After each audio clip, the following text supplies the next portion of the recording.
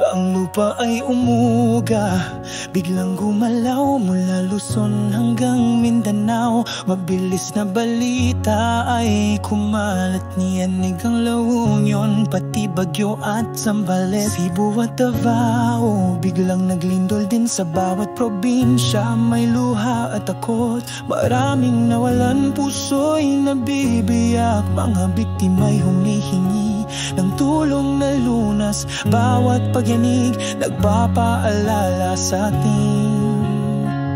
Ito ba'y nangyari, oh Diyos ko, dahil sa aming kasalanan na kami magising at tawagin ka at di malimutan? Sa gitna ng takot at lumbay, ikaw ang sagot, pag-asa at panalangin. Patawarin mo kami, Ama. May nagtatanong, bakit ito'y nangyayari? Dahil ba sa kasakiman at sobrang pagmamahal sa pera o ganid ng mga tao? Ito ay di maipaliwanag, bawat daan at gusali na buwal na pinatayo. Dahil ba pera ng bayan sa masama na punta? Ngunit ang banal na aklat ito'y nagbabala. Sabi ni Kristo bago siya bumalik, magkakaroon ng lindol sa iba't ibang dako. Simula lang ito ng sakit, tulad ng pangangangag ng isang babae. Ito ba'y nangyari, oh Diyos ko, dahil sa aming kasalanan na kami magising at tawagin ka at di malimutan?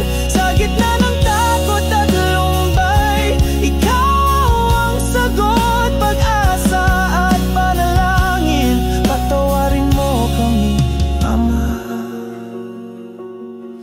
Ang tanda ng pagbalik sa ating mga mata ay nasa Mateo 24, talata 7. Magkakaroon ng lindol sa iba't ibang lugar at mga tagutom, pati mga digmaan. Di tayo dapat matakot, kundi magbantay lang, sapagkat ang Panginoon malapit nang dumating. Ihanda ang puso sa kanyang pagdating, ang kapayapaan kanyang ihahatid.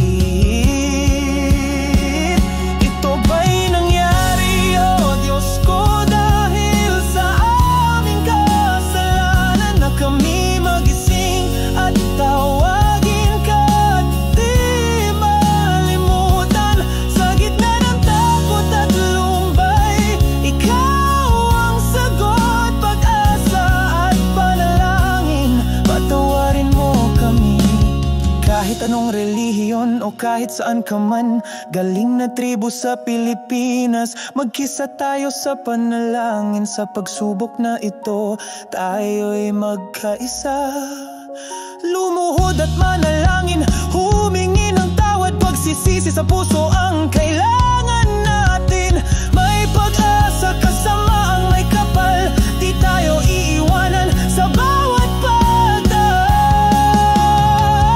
Ito ba'y nangyari, oh Diyos ko, dahil sa aming kasalanan na kami magising at tawagin ka at di malimutan?